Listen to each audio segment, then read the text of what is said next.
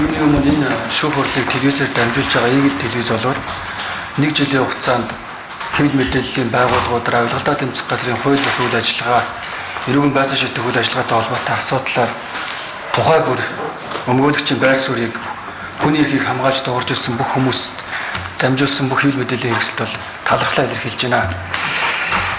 За өнөөдөр миний үйлчлэгч ганц их эрүүл байдлын 263 дугаар зүйлийн 263-ын 2 заасны дагуу 263-ын 2 заасан хүндэвтэр гэмтрийг үлдэж албан тушаалыг оруулан ашиглаж улсад онц хэмжээний хохирол учруулсан гэж төр буюу прокурорууд ялаж оруулж ирж байгаа юм байна. 4 өдрийн шүүх хуралд шүүх бүрэлдэхүүнээс гадна улс даяар аян хэргийг бол үзлээ. Энэний зорилго нь ямар нэг байдлаар хэн нэгэн албан тушаалыг хамгаалах гэсэндээ биш. Өнгөрсөн хугацаанд 2 жил гаруй хугацаанд ганц бүх мөнгө идсэн байгаагүй. Нэг талд нь төрийн байгууллагууд ганц бүх мөнгө идсэн, бэлэн мөнгө аваад идсэн гэдэг ийм асуудлууд ярьж ирсэн. Нөгөө талд нь өмгөөлөгчийн зүгээс энэ бодиттой хохирол бишээ. Энэ шинжээчдийн хуурамч дүгнэлтээр явж байгаа гэдэг асуудлууд хоёрдмол мэдээлэлтээс иргэд. Энэ 4 хоногийн хугацаанд бол нэгдсэн байдлаар энэ ганц бүх гэдэг хүний гэмт хэргийг бол шүүхээсээ гадна иргэд шүүгчнээс гадна иргэд бас шүүсэн байгаа гэж үзэж байгаа. За улсын яллагчийн зүгээс миний үйлчлэгч ганц үхийг нүүрсний жингийн зүрх 331 сая төгрөг, шигшиж ангилсан тоног төхөөрөмжийн зардал 171 сая төгрөг, түрээсийн зардал 63 сая төгрөг. За 2013-аас 2014 онд үнийн зүрх нүүрсний үнийн зүрх тэрбум 736 сая төгрөг 200 мянга, жингийн зүрх 741 сая төгрөг 700 мянга, тоног төхөөрөмж түрээсэлсний зардалд түлшний зардал 228 сая төгрөг. Нийт 3 тэрбум 273 сая төгрөгийн хохирол учруулсан гэж буруутгаж байгаа юм байна. За энэ нотлох баримтуудаа улсын яллагч чэнжүүдийн мэдүүлгээр нотолж байгаа юм байна. Чэнжүүд юу гэж үлддэг вэ гэхээр налаагийн нүрс 40 мянга байсан юм а, 50 мянга байсан тоо маань. Тэгсэн чинь багнуурын нүрсийг 80 мянгаар зарсан юм а. Эндээс улсын яллагч гаргаж ирэх гээд байгаа юм. Энэ хүмүүс нүрсийг тийм хямдхан зараагүй маа гэдэг үйл баримтыг л бий болгох гэж энэ чэнжүүдээс мэдүүлэг авсан гэж үзэж байна. Энэ хүмүүс нүрсийг налаагийн нүрсээс үнэтэй зарсан бол иргэд энэ нүрсийг авахгүй шүү дээ. Зах зээлийн жамаар явчих юм байна. Бодит үйл баримтыг зохиомол бичиг дүгнэлтэд үгүйсгэж болдгоо маа. Багнуурын нүрс 80 мянга, налаагийн нүрс 40 мянга. Боддоо ийм юм байж болох уу? Зүгээр нэг нүрсний чэнж үгээр мэдүүлж штэ. Хавсар тавцсан баримтуудыг харъя л да. Налаагийн нүрсний уурхаан ажилт нь өөрөө манай нэг тоо нүрс 200 мянга гэсэн. Үндэсний статистикийн тоо баримт гаргаж хэлж байна. Нэг тоо нүрс 90 мянгаыг харж байгаа үстэй гэдэг юм. Энэ 90 мянган нүрс нь шигшээгүй нүрс байхгүй юу? Иргэд өөрсдөө очиж авдаг нүрс байхгүй юу? Гэтэл шуудаалаад шигшээд гэрийн хажууд хөргөж өгсөн нэг тоо нүрс хоггүй нүрс 80 мянга байхгүй юу?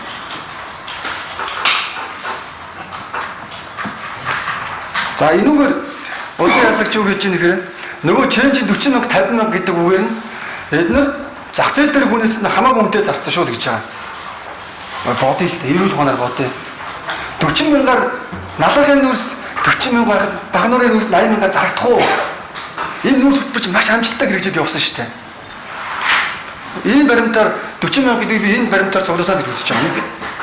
За хоёрдугаарт нь энэ ганц үг гэдэг хүн албан тушаалыг ашигласан нь засгийн газраас нүүрс хөтөлбөр батлагдсан гараагүй болох нь алтан үеийн мэдүүлгээр тогтооглоо гэж байна. Оюуны мэдүүлгээр тогтооглоо гэж байна. Сайхан бэлгийн мэдүүлгээр тогтооглоо гэж байна. Жигждийн мэдүүлгээр тогтооглоо гэж байна. Ганц үхгүй өөрийн мэдүүлгээр тогтоогдож ингэж ярьж шээ. Би буруу сонсоогүй түрүүн тийм юм шээ. Алтан үеийн мэдүүлгээр юугаар нь тогтоогдсон юм? Би улсын яллагчийг юугаар нь тогтоогдож юм хэрэг? Бичгээр нүүрс гэсэн нэртэй бичиг гараагүй маа гэдэг үгээр тогтооглоо гэж энэ хүн яллаад байгаа юм. Босод хэсгээр нь үгүйсгэж байгаа юм. Сайхан бэлэг гэдэг хүн бол гэрчээр мэдүүлэг өгсөн байдаг австралид. Өгтөө юу гэсэн хэрэг нүүрс гэдэг нэр нүүрс хөтөлбөр гэдэг нэртэй бичиг бол гараагүй. Гэхдээ нүүрс гэдэг бол условны нэршил. Боёо зүгээр нэрлэлсэн нэр нь гэж хэлж байгаа. Тэрнээс биш энэ нүүрс гэдэг ажиллагаа чинь нүүрс хөтөлбөр гинөө операц гинөө ажиллагаа гинөө засгийн газар хийсэн ажил энэ бол гэж мэдүүлдэг. 11 төвд ирсэн иргэдийн санал хүсэлтийн дагуу засгийн газар хийсэн ажил гэж мэдүүлдэг. Энэ нэг за жигжлийн зүгээс ерөнхийдөө над руу уцаар хараад чи бүрийг өгсөө гэж ярьдаг. Ганцхан зүгээс нөөц хөтөлбөр гэдэг аль биесны бичиг байхгүй. Гэхдээ энэ засгийн газар хийсэн ажил гэж ярьдаг. Тэгэл зөвхөн улсын явлагч маань бичиг цаас хөөцөлдөх байдлаар асуудлуудыг ярьж хүнийг буруутгадаг байдал бол бодит байдалтай бол нийцэхгүй байна гэж өмгөөлсөн ч бас үзээд байгаа. За энэ дээр хохирлууд нь яаж болсон юм бэ гэж байгаа. За нэгдүгээр нөөц хөтөлбөрийг өөрөө яаж бий болсон юм. За энэ нөөц хөтөлбөр хэрэгжиж байгаа процесс нь хавцлалтай байгаа баримтууд бид нар зөндөө судалсан байна. MJDSP BD компаниуд багнуураас 1 тонн нөөцийг 27,500-аар авч байгаа. За дараа нь багнуурын уурхадаа шигшиг зардал нь болохоор 1 тонн дотор 3,447 төгрөг. Багнуураас Улаанбаатар хүрэх зардал энэ 1 тонноор ирж байгаа шүү. 6,112 төгрөг. Улаанбаатар хотод буусан нөөцийг шигшиг шуудаж амын ноёж ачхад гарсан зардал 1 тонн дотор 4,545 төгрөг.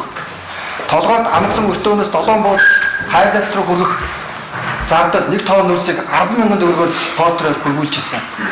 Борлуулагч нарын цалин тонн тутамд 5,458 төгрөг. Борлуулалтын менежментийн цалин хөлс шатгууны зардал 777 төгрөг. Захиргааны ажилчдын хөлс 1,546 төгрөг. Хангамжийн материалын зардал шууд оёдлын машин, утас, бэйли, маск, хурцны иш, шигшүү, жин, мөнгө, хураах, цүнх, дац, баримтын зардал тонн тутамд 7,015 төгрөг. Ажилчдын хоолны зардал тонн тутамд 125 төгрөг. Багнуурын уурхайдах нүүрс шигшиг тонн хөрөмжийн илэрхийлэл хоригдлын зардал тонн тутамд 488 төгрөг. Бэлтгэл ажлын зардал ковш амглан өртөөдөх буулгах хэсгийн талбайн дүрээсийн зардал тонн тутамд 2,371 төгрөг. Энэ зардлууд шингээд эцсийн 163 цэг дээр 1 тонн нүүрс 80,000 төгрөгөөр борлуулагдаж байгаа. Энэ бүх зардлуудыг нэмэхээр багнуурын уурхайгаас авсан нүүрсэнд нийтдээ эхний жилд 78,000 төгрөг. Дараагийн жилд 69,000 төгрөгөөр 1 тонн нүүрсийг өртгөн гарч ирсэн баггүй юу? Энэ компани ашиг эхний жил тонн тутамд 1,200 төгрөг. Дараагийн жилд тонн тутамд 10,000 төгрөг. Энэ л ашиг болсон шүү дээ компанидээс.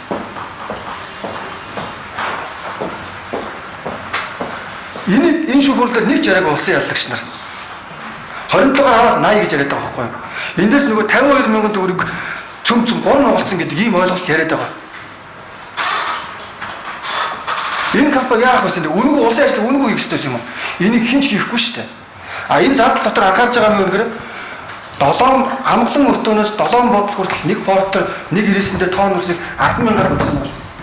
Хэрвээ зах зээлийн ханшаараа явсан бол энэ портер маань 40,000-аар хүрэх ёстой байсан.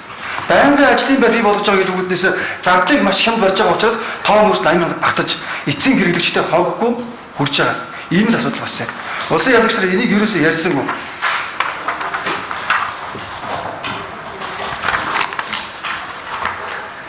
Мөн шүүх хурлыг нээлттэй болсон бас нэг шалтгаан бол ганц үг гэдэг хүний зүгээс бол за миний хийсэн хэрэг ард түмэн мэдэж авъя.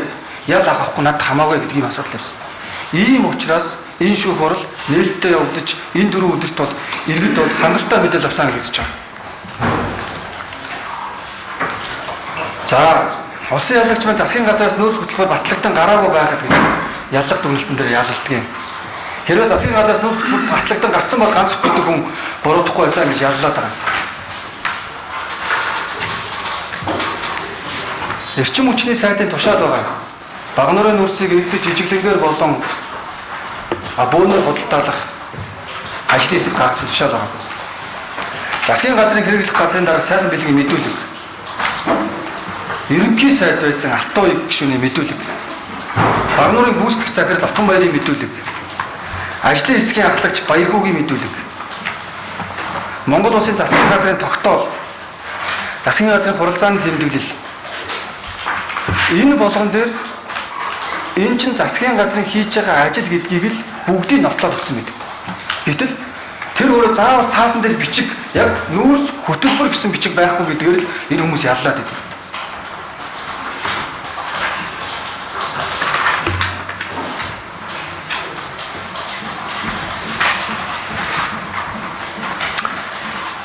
Мөрдөн байцаатын шат явагдаад амаргүй маш хүнд үйлчлэл мэдээж их байсан.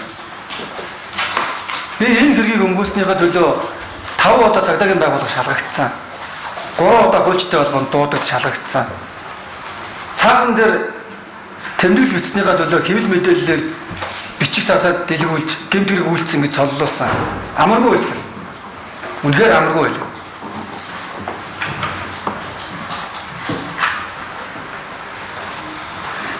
Би дээд сургуульд, хуульчнаар дээд сургуульд, хуульч нар юу гэдэг вэ?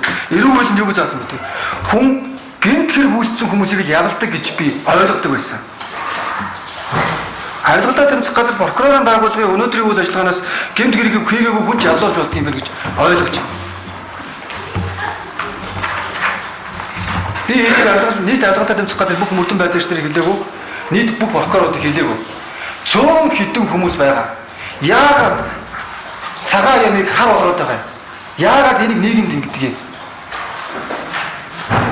Энэ маш 6-7 жилийн турш энэ тогтолцоо энэ арга барил явсан. Хүнийг эхлээд хэвлэлээр нэг төрлийн гутаан, төрийн байгууллага гутаан, гэмт хэрэг үйлдсэн мөнгө ийдсэн гин. Нийгэм тэр хүний мөнгө ийдсэн гин. Тийм учраас энэ шүүхийн шийдвэр чухал нөлөөлдөг. Идээгүйсэн ч нөлөөлдөг. Тэгээ энийг бол өнөөдөр энэ шүүгүүрээр зогсоох шаардлагатай ийм зүйл цааш хөгжиж болохгүй. За хохирлын тухай дээр. За үнийн төрөөнөөс тэрбум 700 сая төгрөгийн хохирол учруулсан гэж ялгаж байгаа.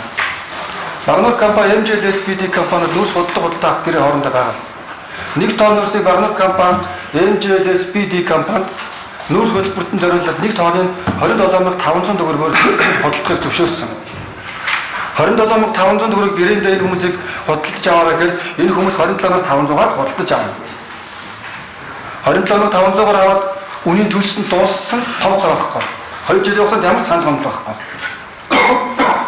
Гэтэл 2013 оны 8 сарын 8-ны өдөр Багнуур хувьцаат компани төлөөд удирдах зөвлөлийн шийдвэр гарсан байна. Энэ шийдвэрээр нэг тонн нүүрсийг 39 мянган төгрөгөөр худалдах тухай заасан байдаг. Гэхдээ энэ шигшиж ангилсан гэр хорооллын нүүрсэнд зориулагдсан хэсэг тухай маргаантай асуудал байдаг. Багнуур хувьцаат компани гүйцэтгэх цагаар Отгон баяр гэрчээр мэдүүлэг өгөхдөө энэ бол MJSPD компани буюу нүүрс хөтөлбөр зориулагдаагүй үнэ. Зориулагдсан үнэ нь 32,500 байсан гэж мэдүүлэг өгсөн байгаа шүү хуралд.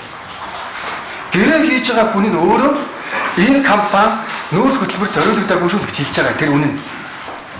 Гэтэл шинжээч улсын ялагч хоёр зориулагдсан юм аа л гэдэг байгаа.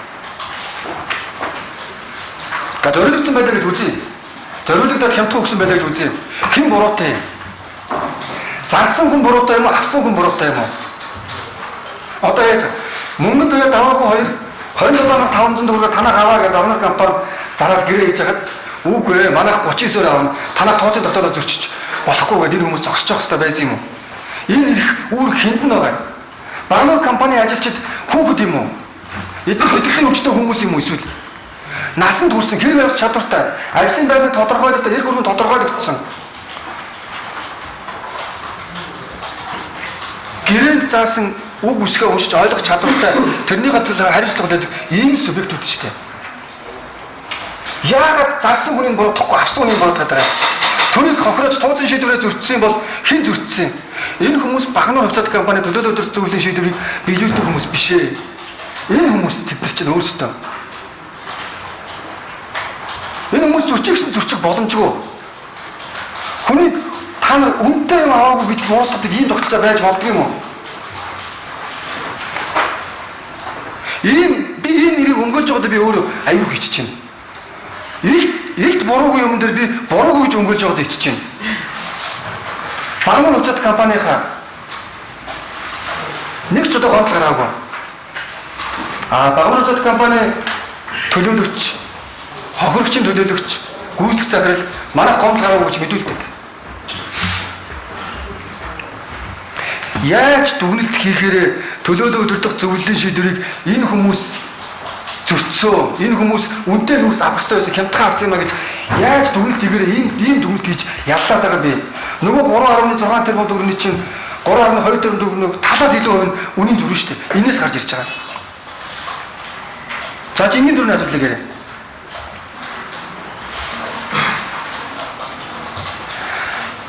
Нүүрсний элэгдэл хорогдлыг 1 грамч дутаахгүйгээр хохирол гаргасан энэ дээр. Багнуур компаниас 3 кг нүүрс ачигдсан гэвэл 3 кг-аар нь тооцож дүгнэлт гаргасан. Нүүрс ачигдсан гэвэл. Өөрөөр хэлбэл замдаа 1 грамч үлдэх ёсгүй, богоондоо 1 грамч үлдэх ёсгүй дүгнэлт гаргасан. Нүүрсний элэгдэл хорогдлыг ерөөс тооцоогүй.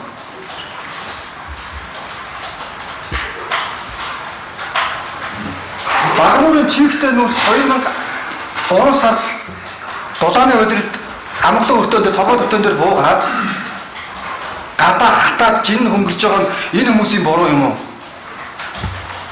Прокурорудаа та нар энүүгээр ялгаж байгаа шүү дээ. Би хууль чүний хөвдөс ичж байна. Багнуурын дахиад хэлээ. Багнуурын нойтон нүүрс 3 сард гадаа буугаад хатаад жин хөнгөрж байна. Тэрний хохирлыг энэ компани төлөх ёстой мó? Багнуурын нүүрснээс чулууг нь ялгаад үлдээгээд иргэдэд чулууг нүүрс хүргэж байна. Чулууны өмнө энэ нүүрс төлөх ёстой мó?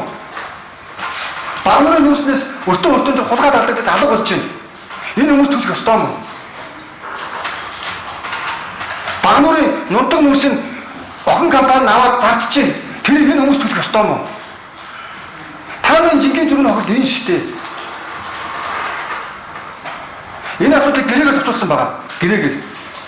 Тооцоо хийх хэмжээ бол гэрээний 36 заасны дагуу шуудаалсан нүүрсийг жигэнсэн жингээр тооцоо хийх гэсэн заалттай.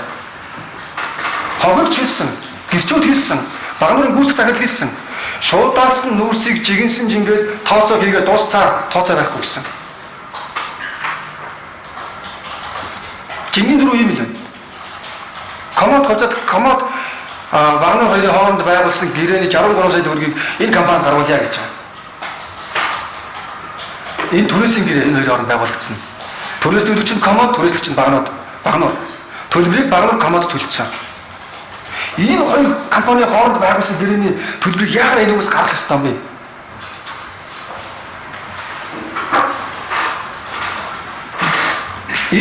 Энэ хэрэг бол төрийн байгууллага хувийн хвшлийг дээрэмж байгаа дээрм энэ бол. Энэ дээрм шүү. Авилгалтаа тэмцэх газраар хийж прокуророор явууч. Прокуророор ялгаагаа энэ бол дээрм. Би яагаад дээрм гэж хэлэхээр энэ компани гэрээний заасан мөрөг гүйцэтгэсэн.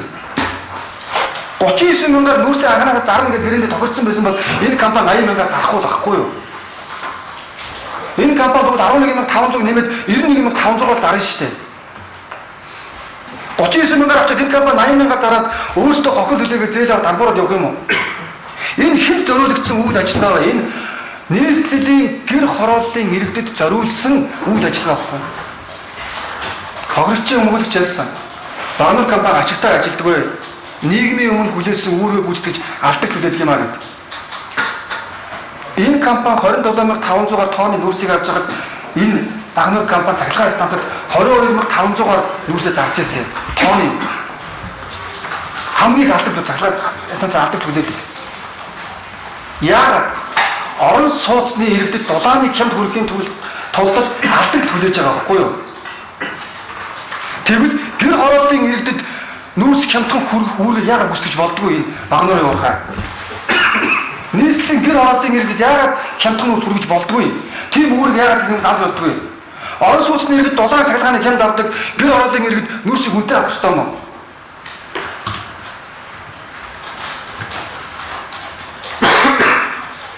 Энэ шүүхөр дээрээс ганцхан юм болж байгаа. Монгол улсын засгийн газрын үйл ажиллагааг шүүж байгаа шүүхөр энэ бол. Монгол улсын засгийн газрын явуулсан үйл ажиллагааг шүүж байгаа. Уг нь бол бид нар гинт хийх шүүх ёстой. Гэтэл Монгол улсын засгийн газрын явуулсан үйл ажиллагааг шүүж байгаа ийм л шүүхөр болж байгаа энэ дэр. За ингэдэг прокурорын их гоё юм байна. Гоё юмар ялтай. Юугаар ялж байгаа гэхээр үндэсний аудитын газрын шинжээч гэж авилгалтаа тэмцэх газрын сахалтай нүдний шигтэй хоёр нөхөр сууж хагаад хэвлэлээр мэд чинь 3.6 төгрөг гэсэн тогтоогдсон гэж зарлцсан. Прокурор одоо бүр авилгалт тэд үндэсний аудитын газраас гадна хараад бус аудиторын дүгнэлтүүдээр гэж байна. тогтооглоо гэж. Хараад бас аауд эдрүүдийг бид нэр 4 өдөр үзлээ. Юу ярьж байгааг нь харлаа, сонслоо. Юу бичснээ мэдэхгүй байна хүмүүс. Нүүрстэйгээ төрлийг мэдэхгүй байна. Прокурор. Өөрөөсөө тооцын тогтоолд нь үйл төгөлд өгдөг юм гэхээр өгдөггүй хэлээд байна. Яагаад ч гэсэн асуултанд хариулсан юм гэдэг. Өөрсдөө их хэмжээний асуудал биш гэдгийг хүлээжлээ. Араас нь дүгнэлтэд хамгаалж чадахгүй. Нөгөө хараад бас аауд идрүүд нь. Дүгнэлт яаж гарав? Дүгнэлт авилгалтай тэмцэх газар дээр эхэлж гарсан юм аа. Дүгнэлт. Энэ үндэсний аудитын газар ичээ орлогын мэдүүлгээр тогтоогдож байгаа. Авилгалтай тэмцэх газар дотооддоо олон жил ажилласан татварын үнэгийн газар ажиллаж байсан нэг эмэгтэйг эхлээд үндэгээ гаргуулсан байсан ичээ орлогын мэдүүлгээр.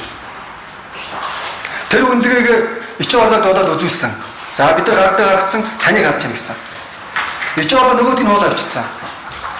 Ичээ орлогын дүгнэлтийг аудиторд үзүүлсэн. Үндэсний аудитын газар тогтоодсон юм шиг үзүүллээ. Аудиторд тэр нь хуулаад авчихсан. Авилгалтай тэмцэх газар тэр аудиторуудад маш их хэмжээний мөнгө төлсөн. Би яагаад сонсч байна. Цагдаагийн байгууллага шинжээч дамжаад төрөөс шинжээчийн хөлсийг төлж байгаа тохиолдлыг би анхудаага сонсч байна. Мөрдөн байцаагаа бол. Авилгалтай тэмцэх газар өөрөө мөнгөний төлөө гаргуулсан зүйл байхгүй.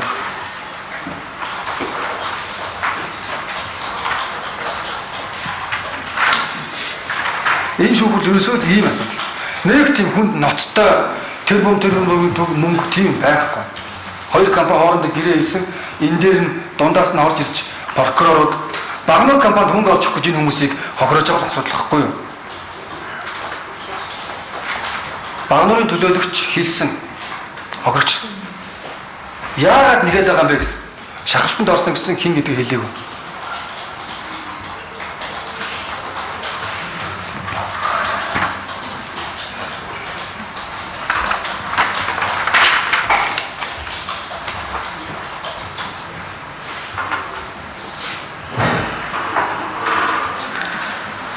Өмгөөлөгчийн зүгээс өөрийн өөрчлөлтөд ил ганц сүхэд холбогдох энэ үйлдэлүүдээс гэмт хэргийн чанартай би нэг ч үйлдэл олж хараагүй.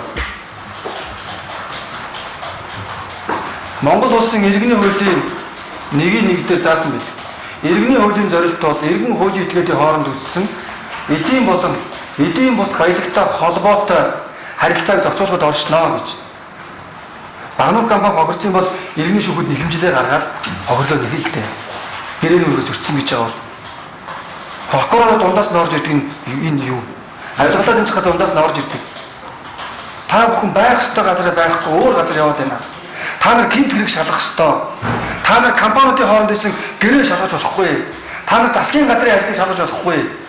Та нар нүүрс хөтөлбөр хэрэгжиж байгаагүй байгаад 2 жилийн туршид тооны 80 мянгаар хоггүй шуудаас нүүрс авсан иргэдийг юу гэж ойлгоод байгаа юм? Тэр 163 цаг ажиллаад байгаа хэрэгжиж байгаа гэсэн үг юм уу? Та нар зөвхөн цаас байхгүй гэж бодож байгаа шүү дээ. Би энэ прокурорыг би төр гэж ойлгохгүй байгаа эцэст нь хэлгээд. Прокурорыг би төр гэж ойлгохгүй байгаа. Цөөн хідэн улс төрийн зорилгоор энэ ажил явсан. Цөөн хідэн улс төрийн зорилгоор шалгагдсан. Цөөхөнд хүмүүс байгаа. Хүний нэр төрийг хэвлээ утаанд оромжлуулад өөрийн хүмүүсээр яллуулад цөөн хідэн хүмүүс байгаа. Энэ тогтолцоо өнөөдөр дуусах ёстой. Ганц үг гэдэг хүний би гэмтрэг хийсэн хийг үзэхгүй байгаа. Тийм учраас миний үйлчлэгч ил ганц үгийг цагаатах ёстой. Хэрвээ хийсэн гэж үзэж байвал юу гэмт хэрэг гэж үзэж байгаагаа тодорхой бичмээр. Тодорхой ярмаар. Өмгөөлөгч асуудаг шинжээчдийн асуултанд ерөөс хариулдаг.